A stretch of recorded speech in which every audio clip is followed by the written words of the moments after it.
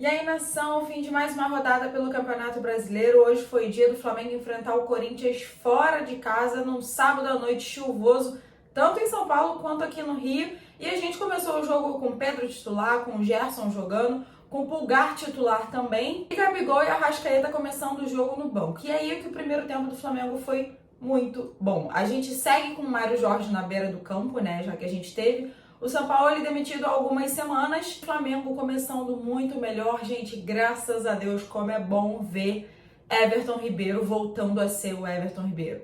Muito foi questionado nos últimos dias, nas últimas semanas, nos últimos meses, se o Everton Ribeiro deveria ser um dos jogadores da barca, se o Everton Ribeiro merecia ou não uma renovação, uma nova chance, porque o Everton Ribeiro vem muito mal, mas o Everton Ribeiro é um cara indispensável. Na idade dele, com a qualidade que ele tem, não dá pra gente simplesmente descartar o Everton Ribeiro. Eu acho que o jogo de hoje foi uma prova disso. Flamengo muito bem no primeiro tempo, criando muitas chances, com o Gerson muito bem, Gerson inclusive, que foi o cara que abriu o placar fazendo um golaço. Já no segundo tempo, um golaço de fora da área, e o Flamengo ainda assim estava muito melhor no jogo, criando mais. A gente chegou a ter aí um possível pênalti que não foi marcado no primeiro tempo, mas no segundo, um lance muito parecido foi marcado para o Corinthians, um pênalti em que o jogador converteu e o jogo ficou no 1-1. No momento, o Flamengo já tinha feito algumas substituições, já tinha entrado a Arrascaeta e o Gabigol, que não entrou muito bem. A Arrascaeta também ainda tá muito lento, ele estava naquele processo de volta de lesão. Depois entrou o Vitor Hugo, mexeu também na lateral colocando o Mateuzinho. O Luiz Araújo chegou a ser a última substituição do Flamengo, mas o Flamengo começou a dar mais chances pro Corinthians, o Corinthians começou a crescer,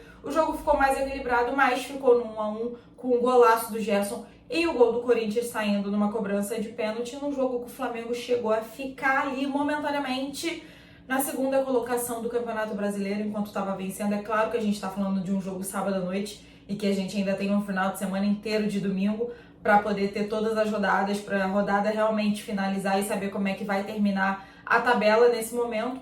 Mas o Flamengo desperdiçou essa chance jogando melhor, estando melhor durante a maior parte do tempo, podendo ter saído de Itaquera com a vitória, com os 3 pontos. Isso não aconteceu e agora a gente tem uma parada para a data FIFA mais uma vez.